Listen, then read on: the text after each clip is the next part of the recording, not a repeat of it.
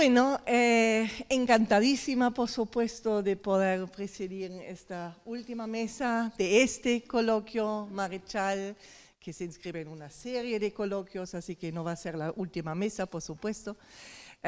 Muy contenta. Ayer a la tarde estábamos hablando justamente con Norman después de la mesa en la que estuvieron María Rosa Lojo y Jorge Monteleone. Estábamos diciendo, ay, qué hermosa mesa. Entonces dice Norman, bueno, son gliptodontes.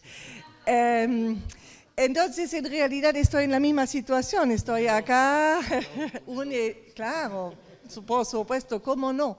Los gliptodontes, como un elogio lleno de admiración, y estoy justamente en esa misma situación, diría yo, de ahora presentar a los que no tengo que presentar, a los que todos ustedes conocen, a los gliptodontes de los estudios marechalianos.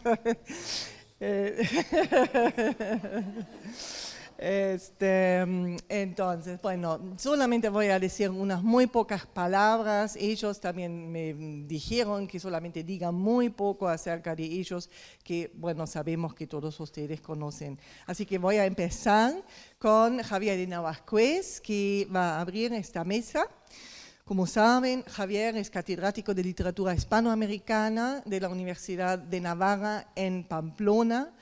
Ha publicado muchísimo sobre Marechal, muchísimo, también sobre otros autores, otra literatura, muchísimo.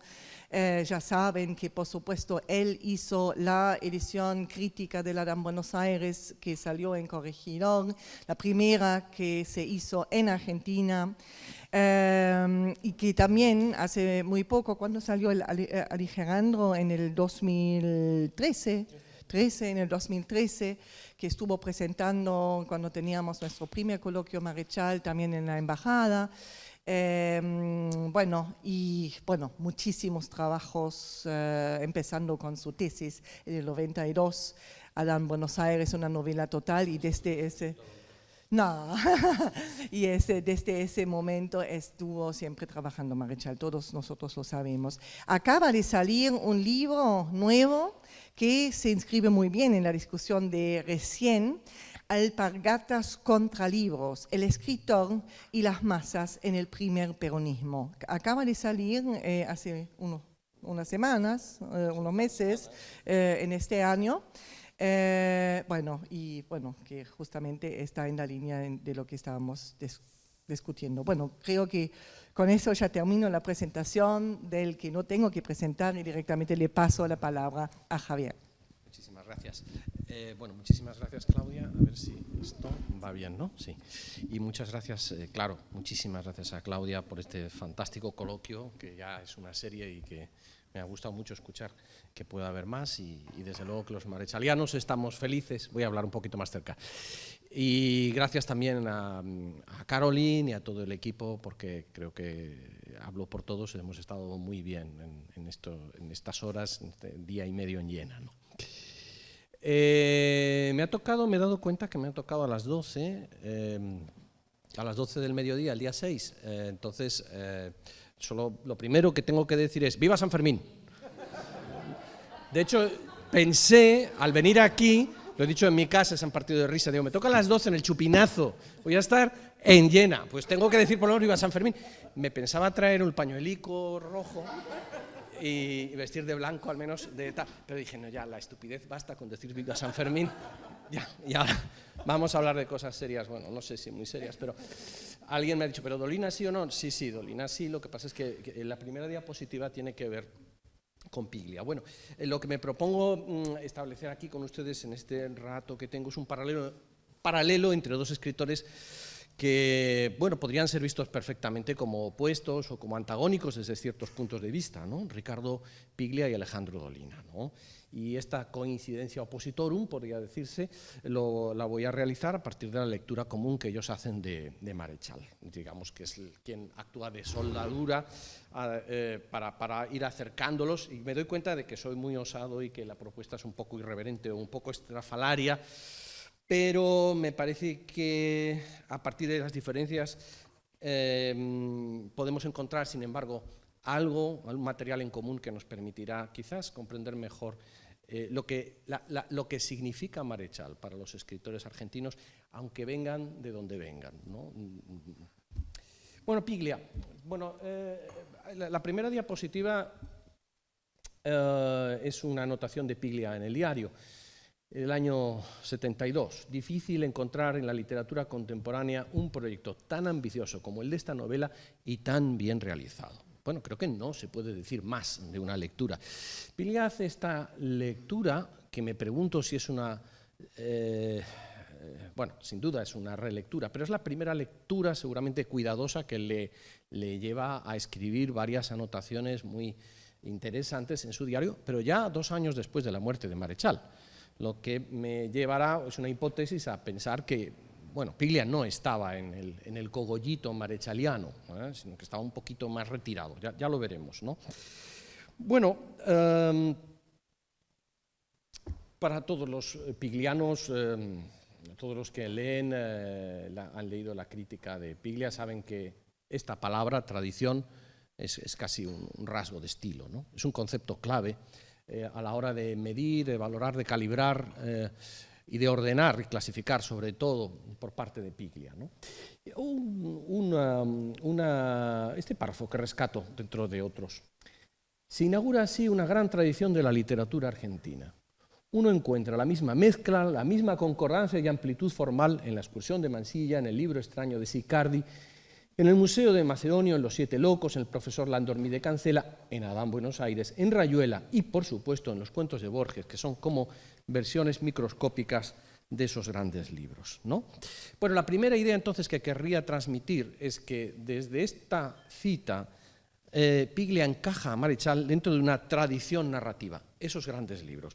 Una tradición en la que luego también él se deduce de otras anotaciones suyas, de forma habitual se puede situar Sarmiento como padre fundador de esta tradición de libros desmesurados e híbridos, y al que se juntan los grandes nombres, como pueden ser Borges, Roberto Al, Puig, a través de una colección de rasgos que enlazarían unos con otros, ¿no?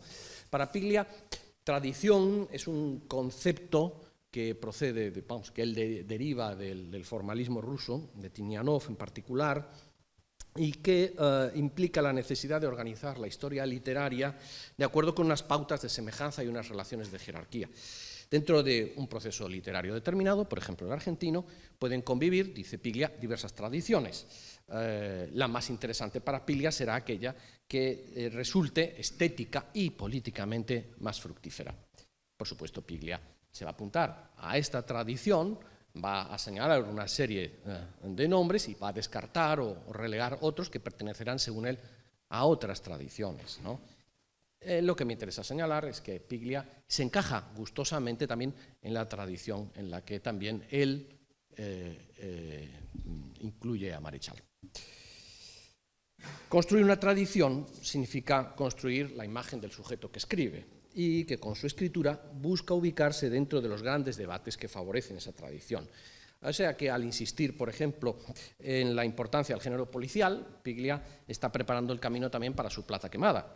O si, por ejemplo, defiende al Facundo frente a Martín Fierro, no lo hace por las razones de Borges, sí, pero sí para mostrar determinadas lecturas de uno y de otro. La condición híbrida, por ejemplo, de la obra de Piglia, cruce de ficción e ensayo, de respiración artificial al último lector, por ejemplo, depara más analogías con Facundo que evidentemente con Martín Fierro. Otro concepto menos utilizado a veces para comprender a Piglia, pero me parece muy importante, él habla de la lectura estratégica, ¿no? Un escritor define primero lo que llamaría una lectura estratégica, que consiste en la creación de un espacio de lectura para sus propios textos. Bueno, de forma más clara no podemos decir, ¿no? Es decir, que es una lectura que implica toma de posición, incluso de combate, es decir, yo estoy con estos, no estoy con estos otros, ¿no? Insisto, Marechal, en las veces que uno va rescatando, las veces que se cita, que no son pocas, en los textos críticos de Piglia, aparece una y otra vez. ¿Asociado a quién? A Macedonio, a Alt, a Borges, es decir, a los más importantes, ¿no? Por cierto, que la idea de lectura estratégica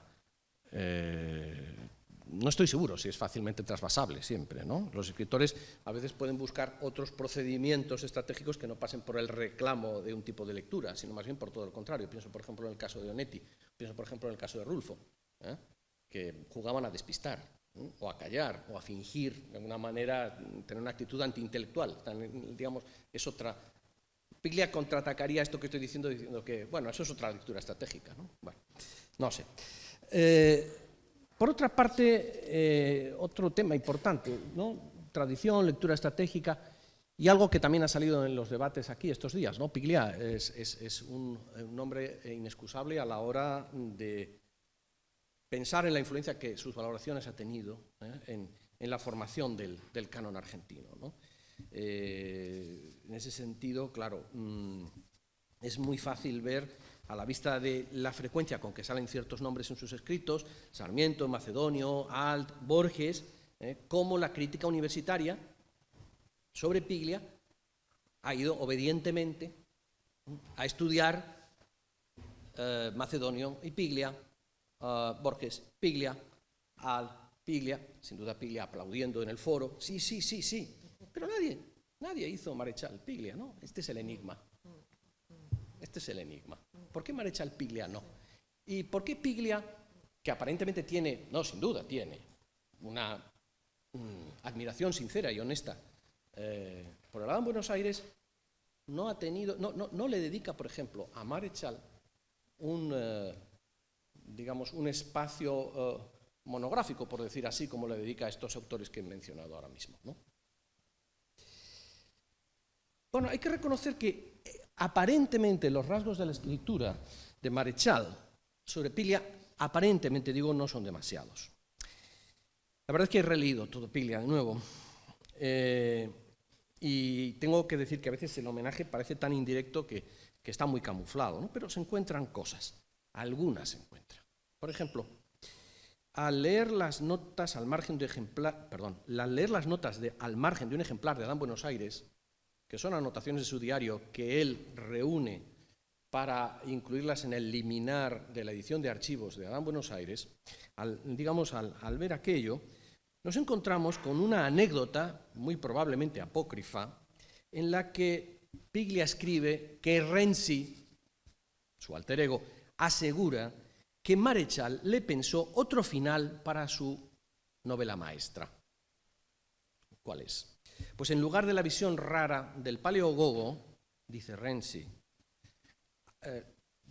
que ha escuchado, que Marechal pensó otra cosa, pensó lo siguiente, un número de circo en el que el domador, seguramente algunos de ustedes lo recordarán, porque llama mucho la atención si han leído este texto de Piglia. Es un número de circo en el que el domador Liberato Farías, aquí conocido, bueno, se alzaba hasta lo alto de la carpa de un circo, subido a un caballo mediante un sistema de aparejos y poleas. Cuando el domador estaba arriba, prendía unos fuegos de artificio, con lo que el espectáculo era poco menos que fantástico. Sin embargo, cierto día, una chispa de fuego cae en el ojo del caballo y este, asustado, se encabrita. Entonces Farías, sin perder la calma, cito, se sacó el sombrero y saludó con la mano en alto y después se vino abajo y se estrelló contra la pista. Bueno, podría haberlo puesto aquí, el texto es bastante extenso, pero me parecía suficiente resumirlo. Este texto, que es prácticamente una página, que está en el liminar, que deduzco que está en el diario también, se reproduce. ¿Lo buscaste? Ah, vale. Deduzco, pero probablemente todavía queda un tomo, o sea que espérate, ¿no?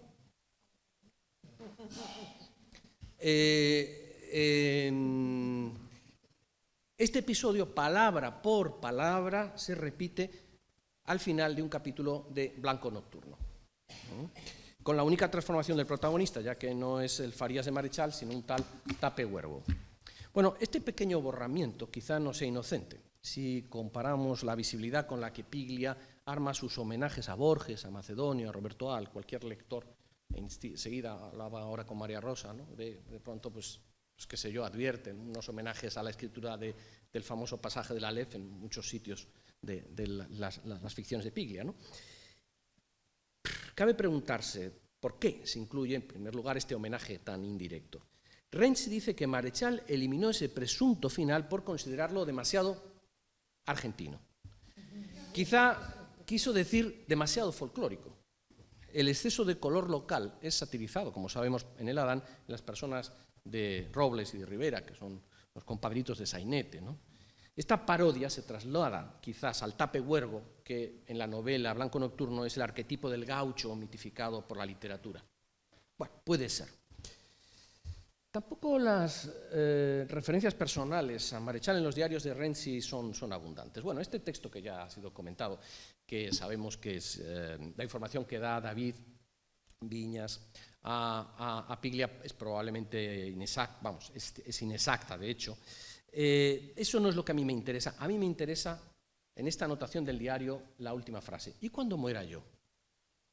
¿Y cuando muera yo? Bueno, si esto lo escribió Piglia en el 70, me parece interesante. No creo vamos, por supuesto es una pregunta de corte existencial, ¿no? Que sería la interpretación más natural. Pero si leemos en ensayos, entrevistas y artículos las muchas observaciones de Piglia sobre la tradición argentina más valiosa, aquella en la que a él le gustaría insertarse, como hemos visto, no falta la referencia a Marechal junto a otros autores.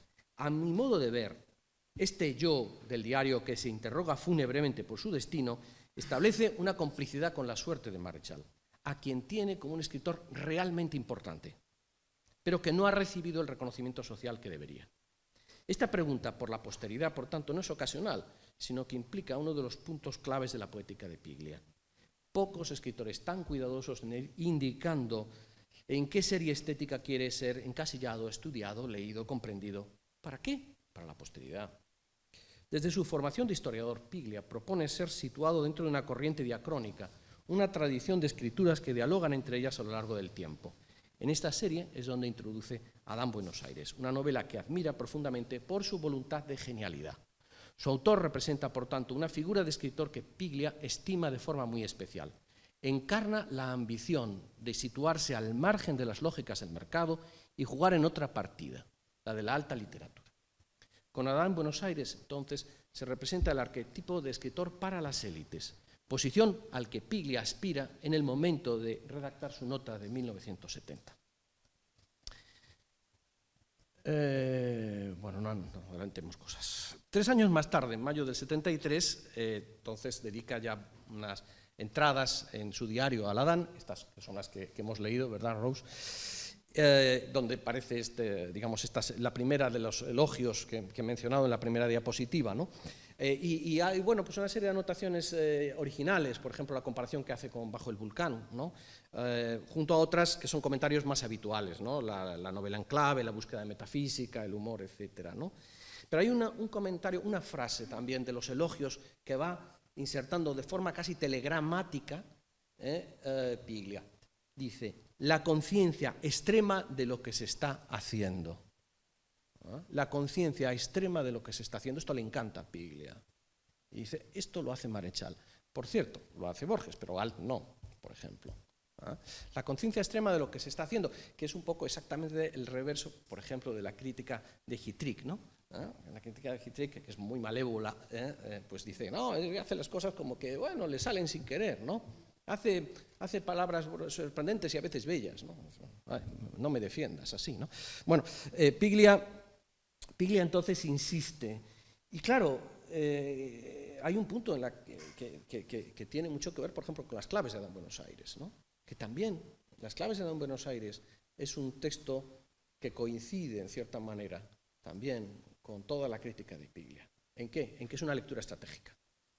Las claves de Adán Buenos Aires es una lectura estratégica, donde Marechal reclama ciertos juicios y dialoga con aquellos críticos que considera que pueden asimilar o pueden aceptar sus planteamientos.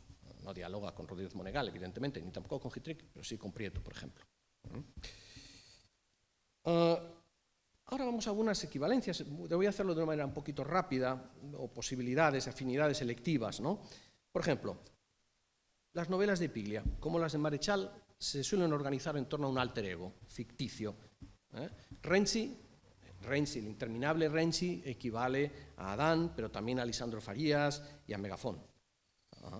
Entonces, si todo relato responde de inicio a la pregunta sobre desde dónde se narra, hay que señalar que tanto Marechal como Piglia ofrecen a un narrador compilador, aquí, perdón, ya llegó antes de tiempo, a un narrador compilador que se identifica con el autor empírico, ¿no? Hay otros temas, ¿no? Otras cuestiones que solamente voy a mencionar rápidamente por una cuestión de tiempo. Por ejemplo, el protagonista. Siempre ese protagonista, que es un alter ego, se haya metido en la búsqueda de algo o de alguien cuya meta acaba siendo más bien borrosa. También, en otra anotación, Piglia señala como las novelas más valiosas de la literatura argentina están organizadas en torno a una búsqueda de una mujer.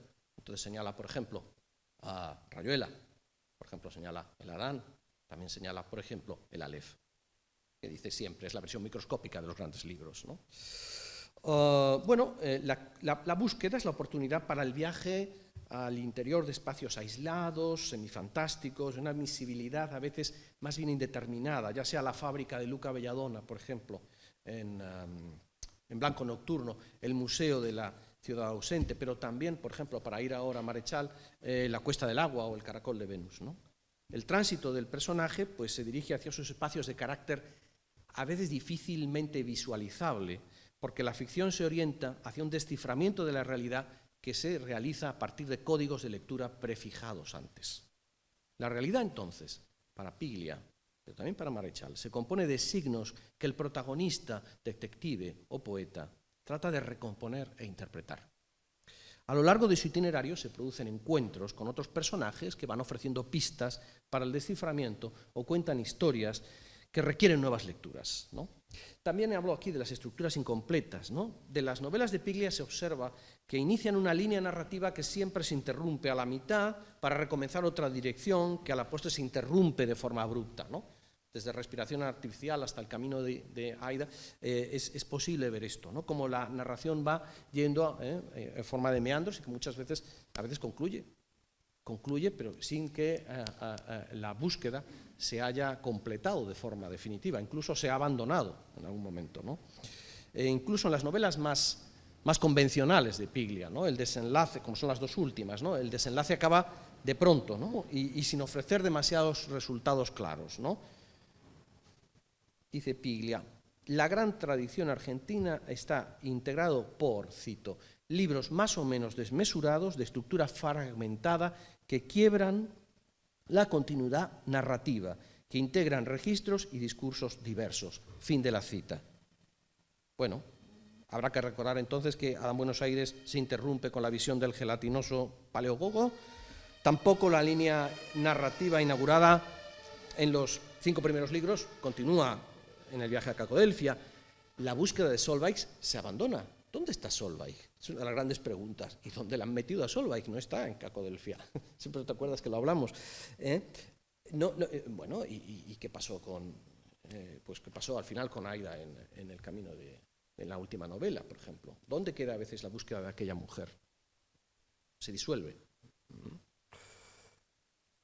Las búsquedas, como digo, se sustituyen a veces y se suceden unas a otras. En Megáfono la guerra, la persecución de la novia olvidada se redirige al final a la búsqueda del falo perdido, por ejemplo. Estas búsquedas también desvelan, como digo, a los personajes de Piglia y tampoco son fijas. Blanco Nocturno, Respiración Artificial funcionan así.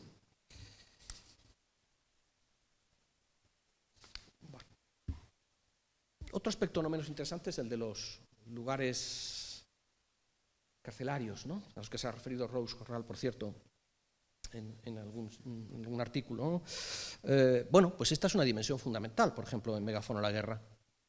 Lucía Febrero está encerrada y como también está, por ejemplo, Lucía Joyce, prisionera en el hotel donde le ha dejado Fullita en La Ciudad Ausente, la mujer encerrada y olvidada.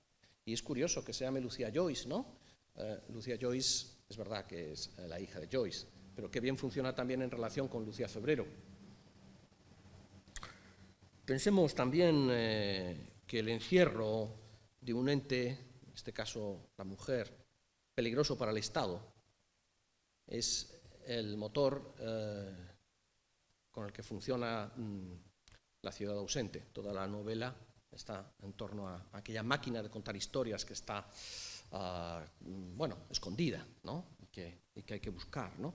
Pero ese ente peligroso para el Estado, a su vez, es el esquema narrativo de Megafono la guerra, donde también alguien se ha encerrado y a alguien hay que buscar para liberar después.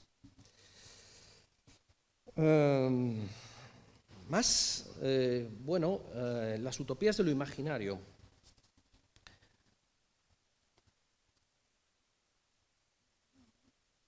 Para Piglia, con esto concluyo el respecto de Piglia, la tradición argentina más valiosa es aquella en donde a veces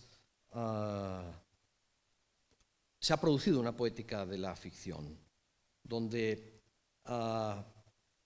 la utopía de la ficción se sustituye a la realidad misma. Y en ese sentido dice, Macedonio es el iniciador, ¿no? Y señala, Alt, Marechal, Borges, todos cruzan por la tranquera utópica de Macedonio. Una vez más, a Marechal lo sitúa ahí, ¿no? Bueno, esto también creo que puede verse tanto en Marechal, pensemos por ejemplo en La cuesta del agua, El banquete, pero cómo no también pensar, por ejemplo, en La fábrica final de Blanco Nocturno.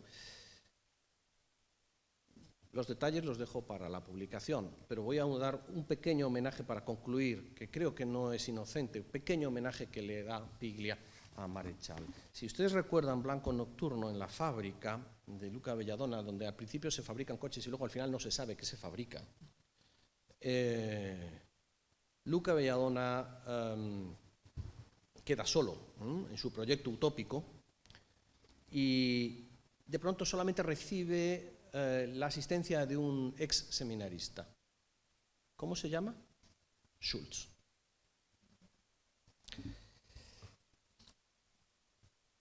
Bueno, Alejandro Dolina. Bueno, la verdad es que yo no sé si es que ya me voy haciendo mayor, pero cada día también que un español se le ocurra hablar ante argentinos de Alejandro Dolina es una osadía. Debo de tener algo de sangre argentina, pero no sé dónde está.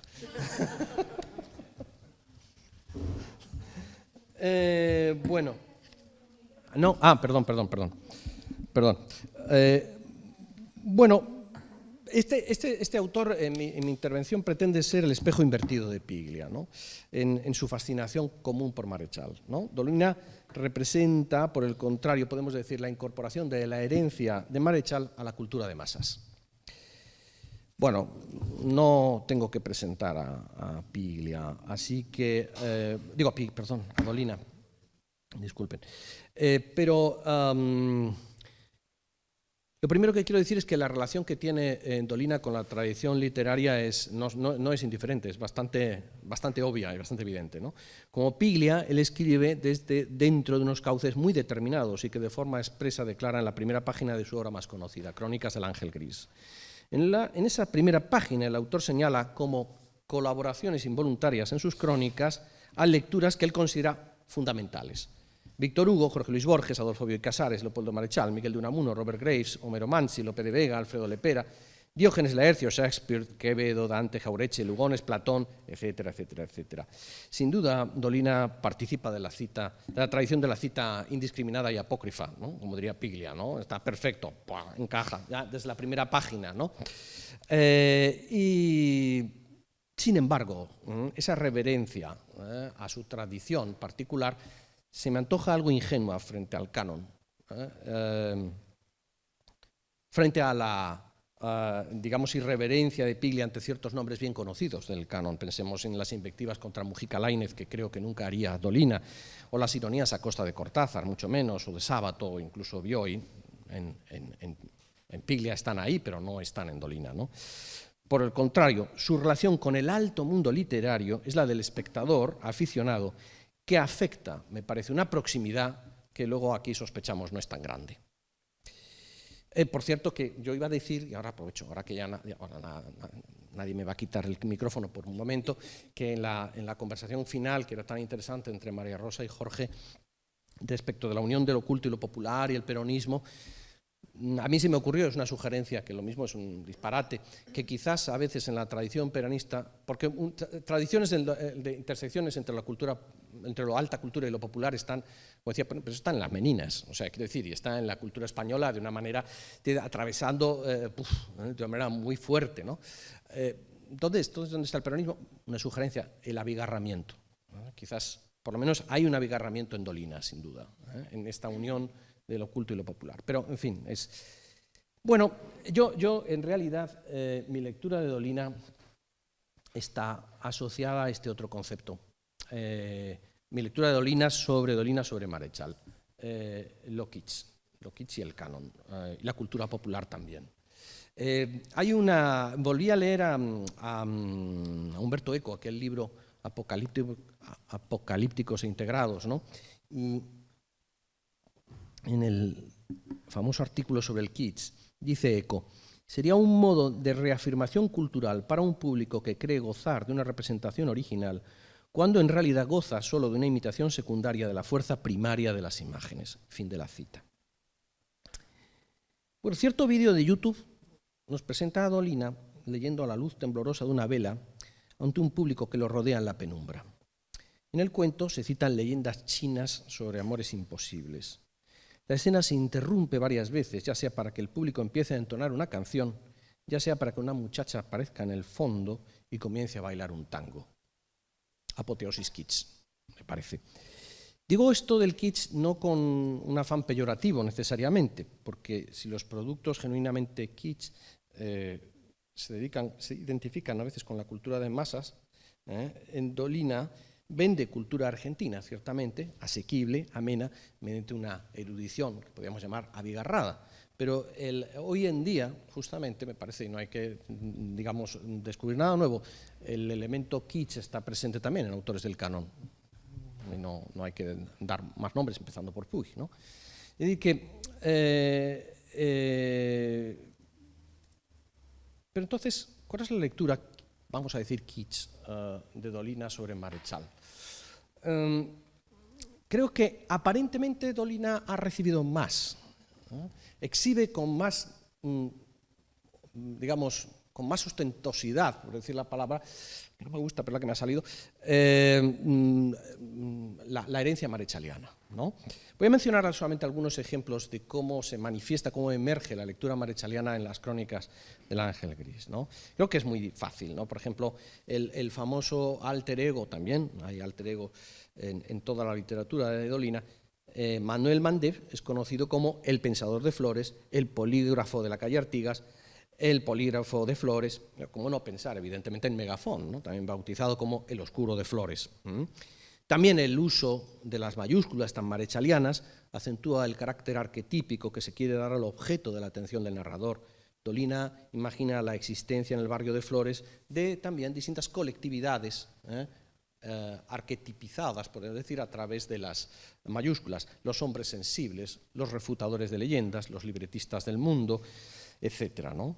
Pensemos en los potenciales, por ir a otra colectividad que ahora mismo a todos nos puede venir a la memoria en nuestra lectura de Marechal, ¿no?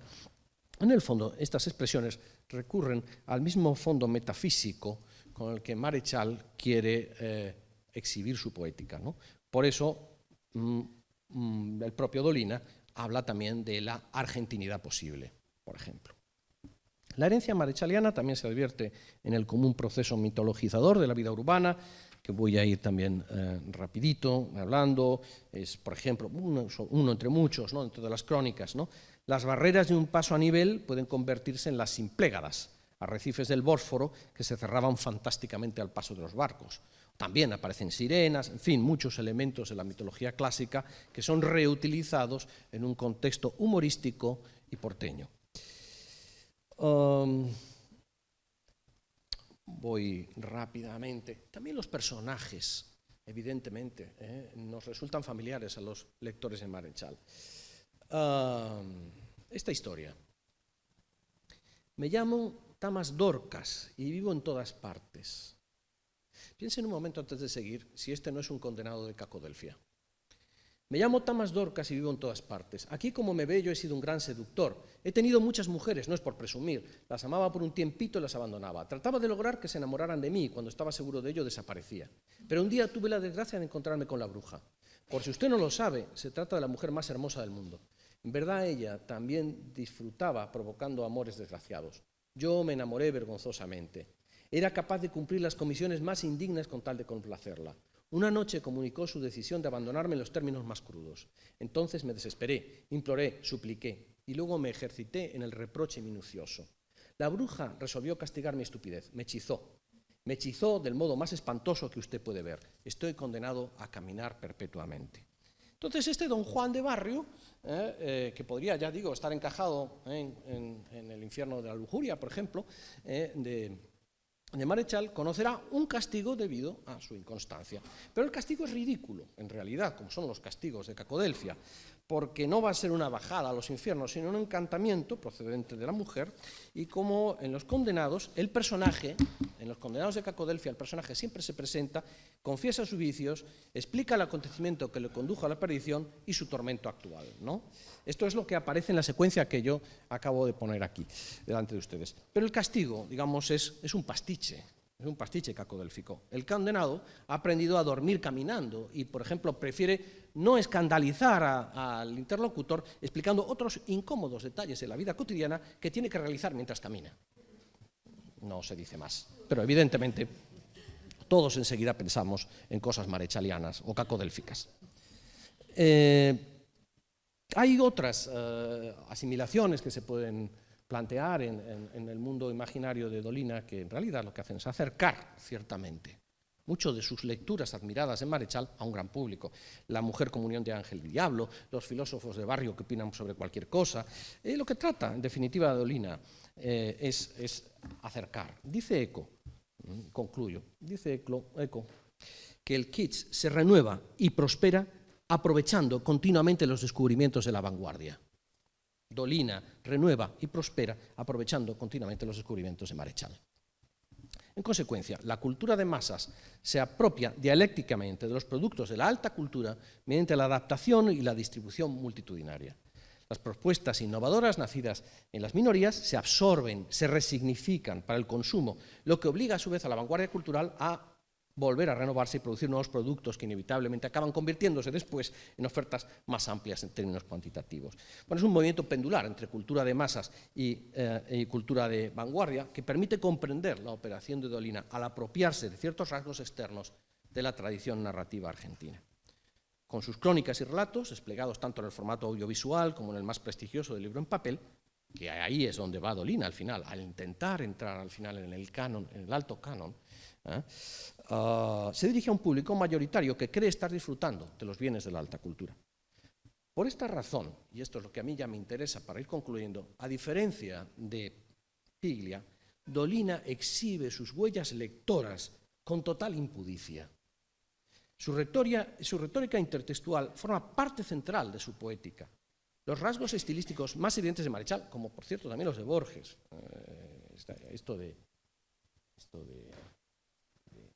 me ejercité en el reproche minucioso, ¿no? Ese adjetivo es borgiano, ¿no?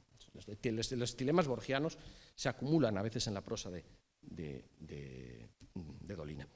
Por eso digo que aquellos rasgos que pueden ser comprendidos en su carácter efectista más extremo, desde el humor a la mitología, se aprovechan y se exponen las huellas para que el lector las reconozca y experimente la admiración que el escritor Dolina le conduce por los senderos de la cultura letrada. El caso de Piglia es diferente porque hemos visto una operación, por un lado de análisis y por otra de borramiento. Entonces, Piglia se apodera de la herencia de Marechal también para reactivarla mediante un trabajo de adaptación. Piglia quiere ser leído, cierto, de una determinada manera, ¿no? Pero en un juego paradójico reconoce las huellas y las borra después. Yo quisiera terminar pensando que, claro, que es notable el silencio de la crítica, sin embargo, que tan obediente ha sido con Piglia a la hora de establecer los paralelos con Macedonio, con Alt, con Borges. Bueno, los marechalianos estamos ya acostumbrados, ¿no? A veces, por desgracia. Si Piglia pretendía con su crítica mostrar los lugares desde donde él quería ser leído, hay que reconocer que sus objetivos hasta la fecha han sido bastante colmados. Pero también se ha producido una paradoja no siempre advertida. Una obra apoyada por la lectura irreverente y original de su linaje literario ha sido más de una vez leída desde moldes muy tradicionales, aquellos que el escritor indica al crítico. Es decir, teniendo en cuenta los rastros más visibles, Borges al Macedonio, muy pocos, es decir, ninguno, se ha dedicado a otras huellas citadas y al mismo tiempo un poco borradas por parte de Piglia. Marechal. He sugerido aquí, por tanto, que la vida de Marechal es una tarea posible, cercana, mucho más cercana de lo que puede parecer a la estética de Piglia, y no obstante poco transitada, porque la crítica se ha ido en busca de las huellas más transparentes. Me gustaría pensar que ahora a Ricardo Piglia le hubiera gustado también esta lectura de hoy. Gracias.